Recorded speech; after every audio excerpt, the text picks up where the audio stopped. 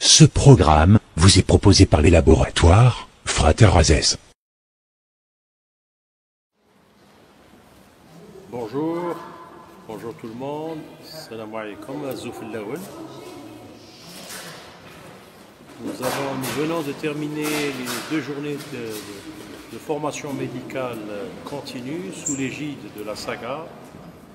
Et ça a été très riche comme discussion, information et surtout formation.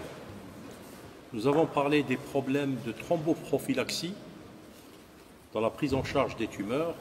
Et effectivement, depuis quelques années, nous avons de moins en moins d'accidents thromboemboliques en post-opératoire suite à une pathologie tumorale qui commence à être assez fréquente et qui nous pose des problèmes, si vous voulez, de prise en charge en post-opératoire.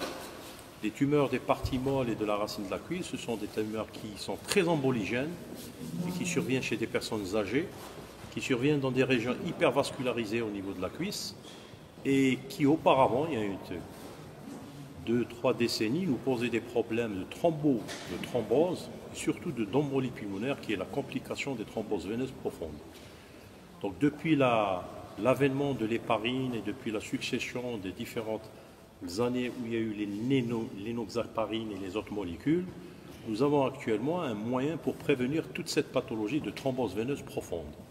Et effectivement, lors de cette journée, nous avons essayé de discuter avec les collègues en leur disant qu'il y a certains facteurs prédictifs qui évoluent et qui donnent, si vous voulez, cette thrombose veineuse profonde secondaire à cette pathologie qui est tumorale et qui est source de la stase et des troubles de la coagulation.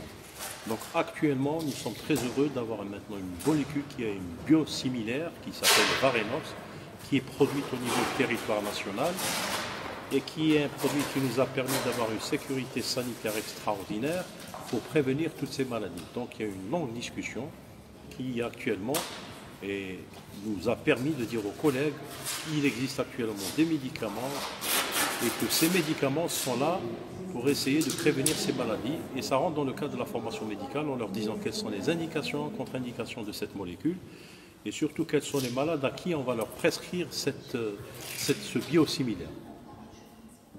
Merci. C'est bon.